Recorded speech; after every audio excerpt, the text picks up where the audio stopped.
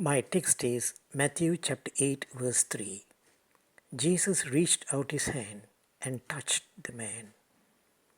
The first recorded healing in the Gospel of Matthew following Jesus' Sermon on the Mount was the healing of a man with leprosy. The Jews considered leprosy to be a curse from God with little or no cure. It was a highly contagious disease, and the law prohibited lepers from coming into contact with anyone. This meant that for years, lepers had been shunned by everyone who saw his condition, even his own family members. He probably was stinking of decaying flesh and neglect, and his appearance must have been repulsive. I believe that Jesus healed the leper not just of his leprosy, but also of the emotional scars that he had received from years of rejection. Rejection by family members and society is one of the hardest to bear.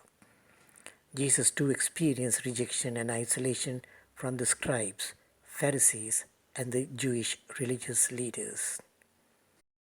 An unknown author penned these words, quote, "Not only at his birth, but throughout Jesus' earthly life, Jesus was rejected by people. The innkeeper didn't give him room. Jerusalem didn't want him. He was looked upon as a blasphemer. Some thought he was possessed of devils. The only room people gave him is on a cross. Hence Jesus felt lonely and said, 'Foxes have holes and birds of the air have nests, but the Son of Man has nowhere to lay his head.'" Unquote. 21 centuries have passed, and still there is no room for Jesus in the hearts of people. Nations have become so materialistic that wherever you look, there doesn't seem to be room for Jesus. Consider how most folks spend their money during the Christmas season on wasteful expenditure, when an estimated 700 people in the world die of starvation every hour. Benjamin Franklin said, "How many observe Christ's birthday? How few his precepts." Today Jesus comes to us as a beggar, a refugee, an orphan, a prisoner. But we fail to recognize him. Didn't Jesus say, "Whatever you did for one of the least of these brothers and sisters of mine, you did it for me"? Let us listen to 5 sayings of great thinkers about showing kindness to others. John Blanchard said, "Kindness is a language that the deaf can hear and the blind can see." J.C. Ryle said, "Kindness is a grace that all can understand." William Penn quoted these words, "I expect to pass through life but once. If therefore there be any kindness I can show, or any good thing I can do to any fellow being, let me do it now, for I shall not pass this way again."